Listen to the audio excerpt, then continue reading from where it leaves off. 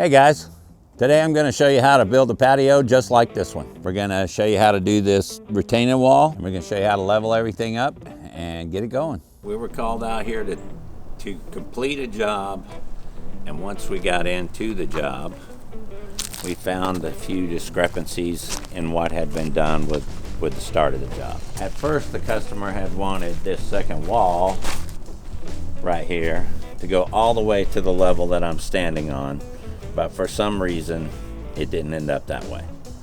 So we had to come in and create a second wall. As we started building it, we started noticing that the second wall and the first wall had a few it was kind of wavy, the best way to say it.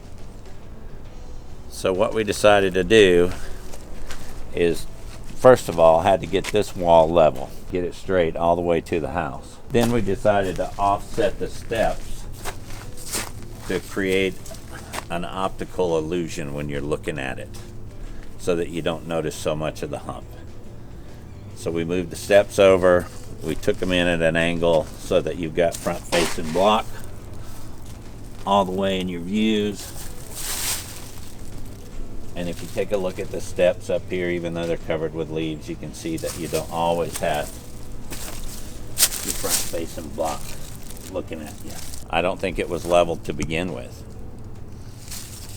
I think they started leveling it here, and somewhere along in here they let the level drop and then just took it level down through there. They did go ahead, they did put the rock base in and filled it in behind it with rock like you're supposed to. I haven't taken the caps off, so I don't know if they filled inside the rock, but I always do it because it makes for a sturdier wall. Well, first of all, we're digging out a foundation, giving ourselves anywhere from 8 to 10 inches of crush and run. We tamp it at different levels so that it's compacted. In this case, we just use a hand tamp because there's not room to get a machine in there. But that, as long as you tamp it good as you're going up, it gives you a sturdy base so that your wall doesn't snake on you. And then each block we get level. We start out level with our first block, and then you get your next block level with the first block, and then you make sure that block is level so that you got a level line running all the way down. Once you get your base tamped out pretty good and pretty close to the level you want, then you're going to put loose gravel or crush and run, whichever you're using in there, to get your levels. Most of the block that you'll use for a retaining wall has a lip on the back so that it can grab the next block, and that's where you're holding your wall in, right back here where it lips down on this bottom row. And then same here, so your wall is stacking back. But on the first level, you don't need to grip anything, and to help you get it level and not fight with it, I knock this lip off of it.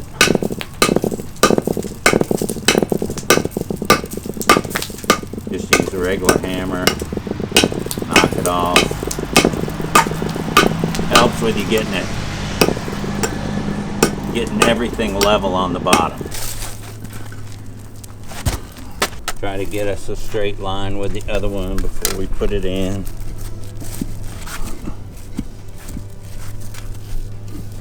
Get it close so that you got a good line there. And then you can see this one sits up higher. So we're actually just going to pound it down into that loose layer that we put in there.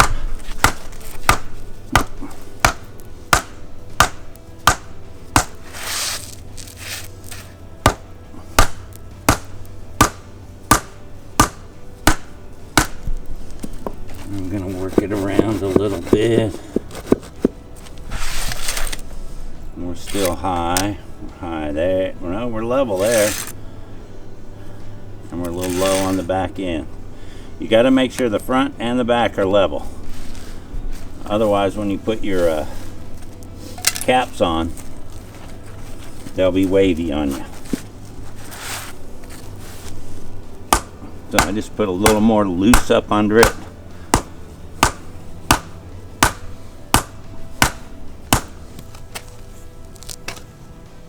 So we're level between the two of them, front and back, and moving down.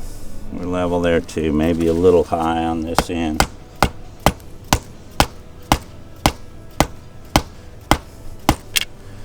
Be pretty meticulous with your bubble. Get it right in the middle. And you'll have a nice straight wall that'll last you a long time. So you have to have a good sturdy foundation with drainage, and you can either use 57 stone, and in this instance we use crush and run because we're going to do a patio out here and use the crush and run as our base for the patio. We got to cut in our caps. We took over this job, and so some of the wall was already built and they had some of the wall blocks left, but we had to wait for our caps to get in because we had to buy extra. So when we cut, we've got a curve that we've got to go around. And what we do is turn that block to get our right overhang on the turn here.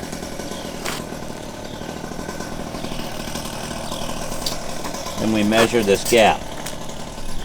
It's 2 inches. That's about the max you want to go on these because you can't cut too much. You can cut too much. So we got 2 inches here. So we'll cut 2 inches back here, and we'll cut an angle, and that'll slide in there to make our turn.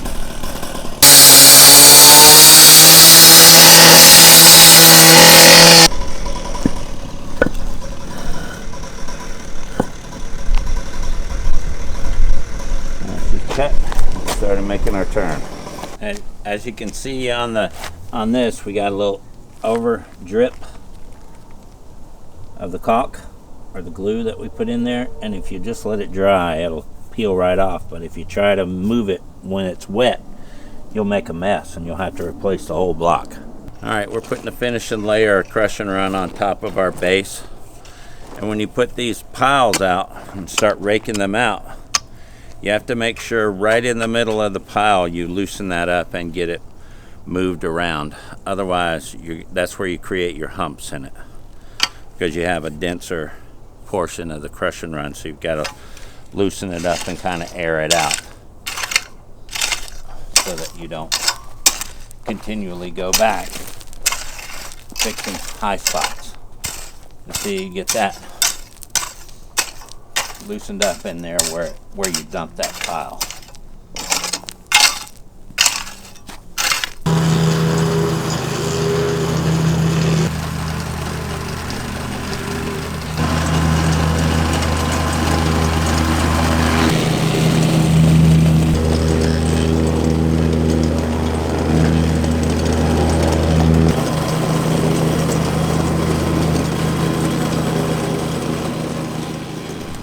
We get our patio looking level, we take a straight bar. I use a 1-inch piece of galvanized pipe I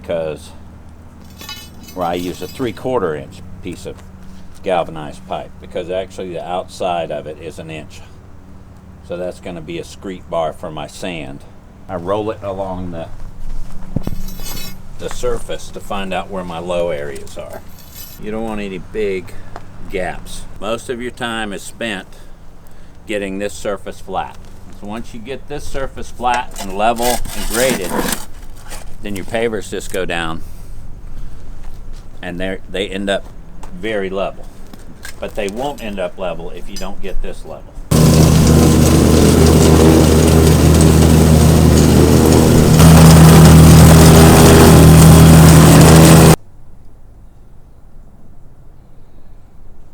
We put the 2 screed poles down about 2.5 to 3 feet apart, and then we fill that area in with sand. You don't want to dump it out of the wheelbarrow because what we'll do, it'll lift those screed bars up with all that sand going in and up under it,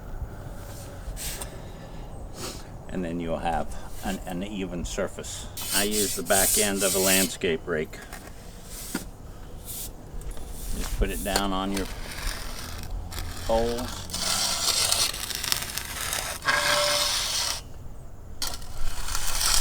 And you work that in.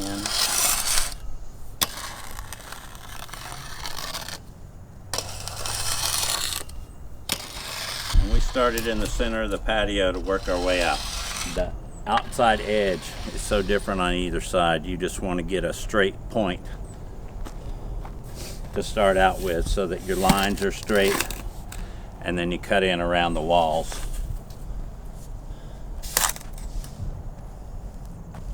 It's a lot of cutting, but it will give a better effect.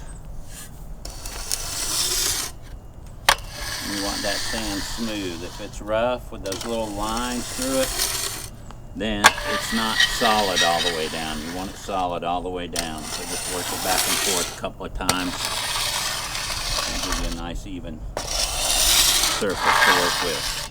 We'll pick one of these up, move it over, repeat the process. Don't worry about getting a little bit on either side.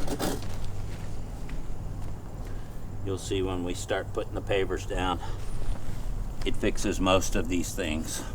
For this project, we're going to use a Tremron 3-piece paver. Get a large rectangle, a square, and then a smaller rectangle. And now that we found our center block, we can start laying the pavers. And you want to put it up against it and drop it. You don't want to do this. See what it does to your sand? So you want to put it in there and lock it, corner, hear that lock, and drop. Lock and drop. Lock and drop. You can bang these down even, lock and drop. Then we're going to get a little hammer and make sure we got everything squared up where we started our first pattern. This is a 3-piece Tremron paver. And in the past, these used to be about half the size, so you could use a different pattern. But this is called the K pattern.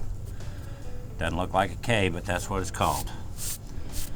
So you just got 4 of the rectangles, 9-inch pavers, 9 inches here, around a 6x6 block.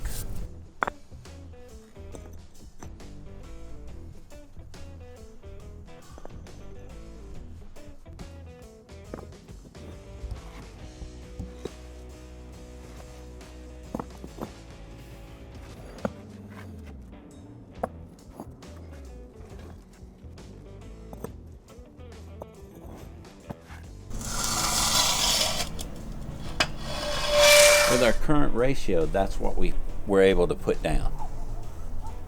That amount there.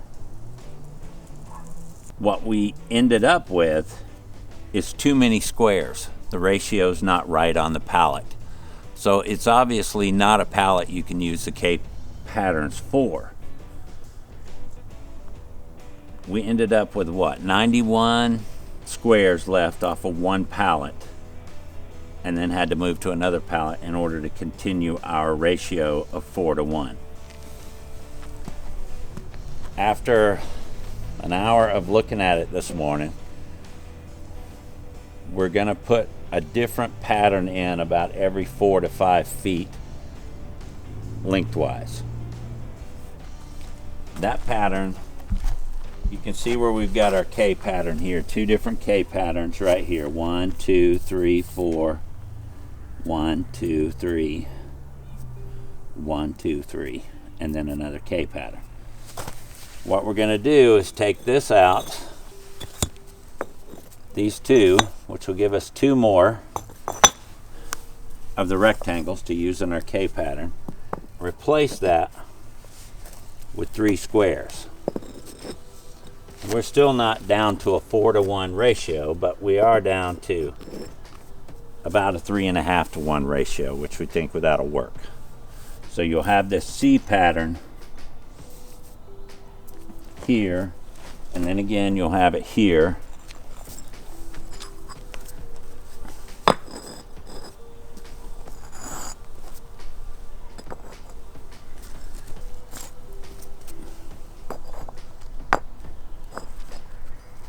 it won't be a stretch to put this C pattern in, because you end up with a straight line that automatically sets you up to change the pattern, to put a row of these in. So what you'll have is a row of this C stretching all the way down here, and then we'll move over to about right here, and we'll put another C right in there. What that'll do is it'll allow you to use all of your squares without affecting the visual lines that are in the patterns. So what you're looking at is 2 pallets out. And what we were initially going to lose was 91 little squares, but by doing the little C pattern that we came up with, we're now only losing 24 squares per pallet, which is roughly 6 square feet. So if you use those for your cut-ins and all, you're probably going to end up just about right on your pavers. Now that we've got what we were going to lay today up against the wall, we have to cut. So we're going to measure each block, cut each block, and put it in. Now you could go down the rows and measure everything and then cut everything, but I'm not that guy. I do one at a time and put it in, because you're going to have to move some of these blocks anyway, and then you get lost in. I don't use a square on the side, because see these little dents there? It'll get your measurements off. So you gotta measure from here, but you've always got to allow for this maybe 1/8 of an inch right here, and your saw cut will allow for that.